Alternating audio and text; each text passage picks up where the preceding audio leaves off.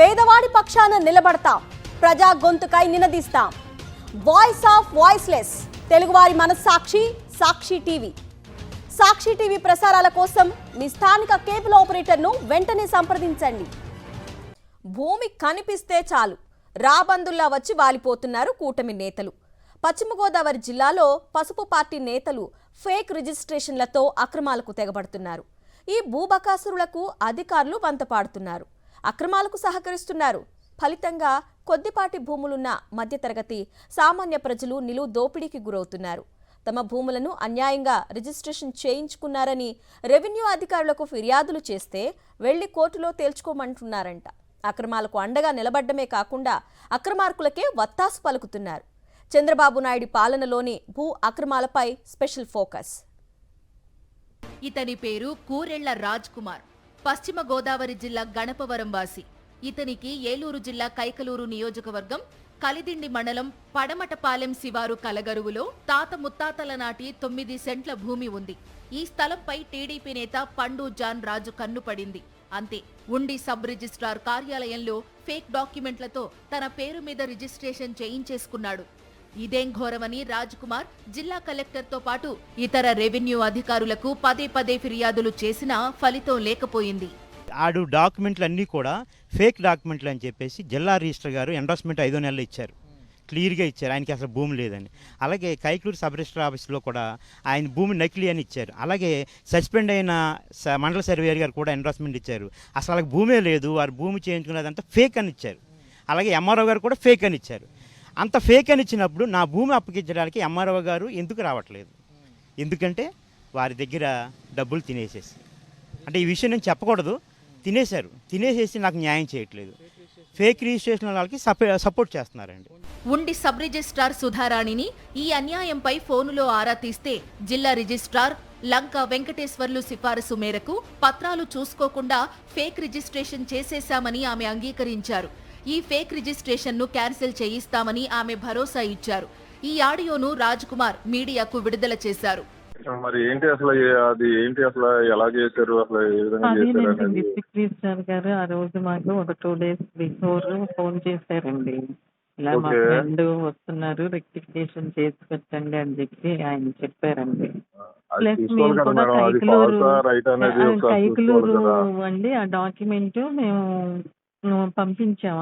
ఇక్కడది కాదు కదా అది పంపిస్తే ఆయన గ్రాంట్ అప్రూవల్ ఇచ్చేసారండి. అప్రూవల్ ఇచ్చేస్తే ఇంకా మేము రెక్టిఫికేషన్ కి అంత డీటెయిల్డ్ గా చూడమండి అని గారు. దాంతో ఆ రోజు అలాగా చేసామన్నమాట. స్థానిక ఎంఆర్ఓతో పాటు రెవెన్యూ అధికారులంతా కూడా ఇది ఫేక్ రిజిస్ట్రేషన్ అని అంటూనే తన భూమి తనకు ఇప్పించడం లేదని, అక్రమానికి పాల్పడిన పండు జాన్ రాజుపై చర్యలు తీసుకోవడం లేదని రాజ్ కుమార్ ఆరోపిస్తున్నారు. తనకు న్యాయం జరగకపోతే సబ్ రిజిస్ట్రార్ కార్యాలయం ఎదుటే ఆత్మహత్య చేసుకుంటానని రాజ్ కుమార్ హెచ్చరించారు. మేము దెబ్బలాడే, మేము బూతులు బాటలేము, మాకు రౌడీజం తెలీదు. కానీ మా మీద రౌడీజం చేసి మమ్మల్ని చంపడానికి ఎంతోమంది ప్లాన్ చేసుకుంటున్నారు. మేము ఒకవేళ మాకు న్యాయం జరగకపోతే ఇదే సబ్ రిజిస్ట్రార్ ముందు మేము ఆత్మహత్య చేసుకోవడానికి సిద్ధంగా ఉన్నాం. మా కుటుంబంలో ఎక్కడ బాగుపడతారు. దీనివల్ల మా ఆస్తి వస్తే రేపు పొద్దున వాళ్ళని హ్యాపీగా ఉంటారు. దీనికి మీ మీడియా మిత్రులను సహకరించండి. మీ అందరికీ నా ధన్యవాదాలు. Thank you. మీరు చూస్తున్న ఈయన పేరు ఏలూరి రంగబాబు. కృష్ణా జిల్లా కృత్తివెన్ను మండలం చిన్నగొల్లపాలెం వాసి. ఇతనికి చెందిన 32 ఎకరాల సాగు భూమిపై సైతం అక్రమార్కుల కన్ను పడింది. పశ్చిమ గోదావరి జిల్లాలోని పేకేరు గ్రామానికి చెందిన శ్రీనివాసరెడ్డి అనే వ్యక్తి రంగబాబుకు తెలియకుండానే నకిలీ పత్రాలు సృష్టించి మొగల్తూరు, ఉండి సబ్ రిజిస్ట్రార్ కార్యాలయాల్లో రిజిస్ట్రేషన్లు చేయించేందుకు సర్వం సిద్ధం చేసుకున్నాడు. అడంగల్ పాస్బుక్లు తన పేరు మీద ఉన్న రిజిస్ట్రార్ కార్యాలయాల్లో ముడుపులు తీసుకుని శ్రీనివాసరెడ్డి పేరు మీద రిజిస్ట్రేషన్ చేసేశారని రంగబాబు ఆరోపిస్తున్నారు. 1B పట్టాదార పాస్బుక్లు అడంగల్ మన పేర్లు ఉన్నా సరే ఈ స్టేట్లో ఎక్కడ రిజిస్ట్రేషన్ చేయరండి. ఎందుకంటే నేమ్స్ మ్యాచ్ అవ్వాలి, పేర్లు మ్యాచ్ అవ్వాలి. పేర్లు మ్యాచ్ అవ్వకుండా రిజిస్ట్రేషన్ పొరపాటును కూడా చేయరండి ఏ సబ్ రిజిస్టర్ కూడా. కానీ ఈ ఉండి సబ్ రిజిస్టర్ ఆఫీసులో, ఈ మొగల్తూరు సబ్ రిజిస్టర్ ఆఫీసులో ఏం అక్కర్లేదండి. ఎకరానికి వచ్చి 2 నుంచి 3 లక్షలు తీసుకుంటారు. వాళ్ళకి ఏ పేపర్లు అక్కర్లేదండి, ఇష్టం వచ్చినట్టు రిజిస్ట్రేషన్ చేస్తున్నారు. నేను ఈ డాక్యుమెంట్ పెట్టాను గమనించి నేను ఏం చేశానంటే మొగల్తూరు సబ్ రిజిస్టర్ ఆఫీసులోనే ఒక 8 months ధర్నాల రాత్రి రూపాయలు కూడా అక్కడే కూర్చొని ఆ సబ్ రిజిస్టర్ ఆఫీస్ని సస్పెండ్ చేయించడం జరిగింది. అతని పేరు వీరభద్రరావు అండి. అతను చేసే అక్రమ రిజిస్ట్రేషన్లు బయటపెట్టి సుమారు 470 డాక్యుమెంట్లు చేశాడండి ఈ విధంగానే.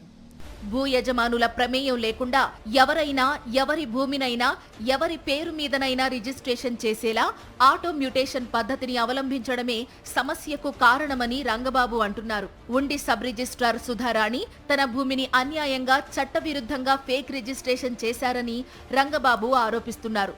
దీని వెనుక రెవెన్యూ మంత్రి కార్యాలయ సిబ్బంది హస్తం ఉందని ఆయన ఆరోపిస్తున్నారు.